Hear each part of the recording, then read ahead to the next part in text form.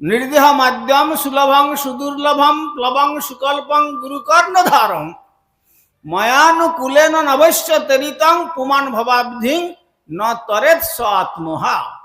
আমরা মনে করি যদি কেউ বিষ পান করে বা কেউ গলায় দড়ি দেয় বা রেল লাইনের তলায় মাথা দেয় বা হয়তো পেট্রোল বা কেরোসিন ঢেলে আগুন নিজের গায়ে দিয়ে নিজের জীবনটাকে নষ্ট করে, তাকে আমরা মনে করি লোকটা আত্মঘাতী হলো।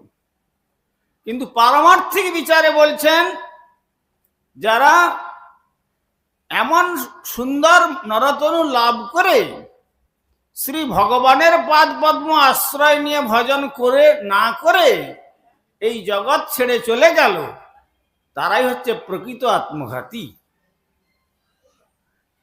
যে আত্মা থাকার জন্য আমাদের কান শুনতে পাচ্ছে, চোখ দেখতে পাচ্ছে, নাসা ঘ্রাণ নিতে পারছে, জিহ্বা আস্বাদন করতে পারছে, হাত স্পর্শ করতে পারছে, পা চলতে পারছে, অনুভব শক্তি রয়েছে, আর যেই মুহূর্তে সেই আত্মা এই দেহের থেকে বেরিয়ে যাবে তখন আর এর কেউ সমাদর করবে না।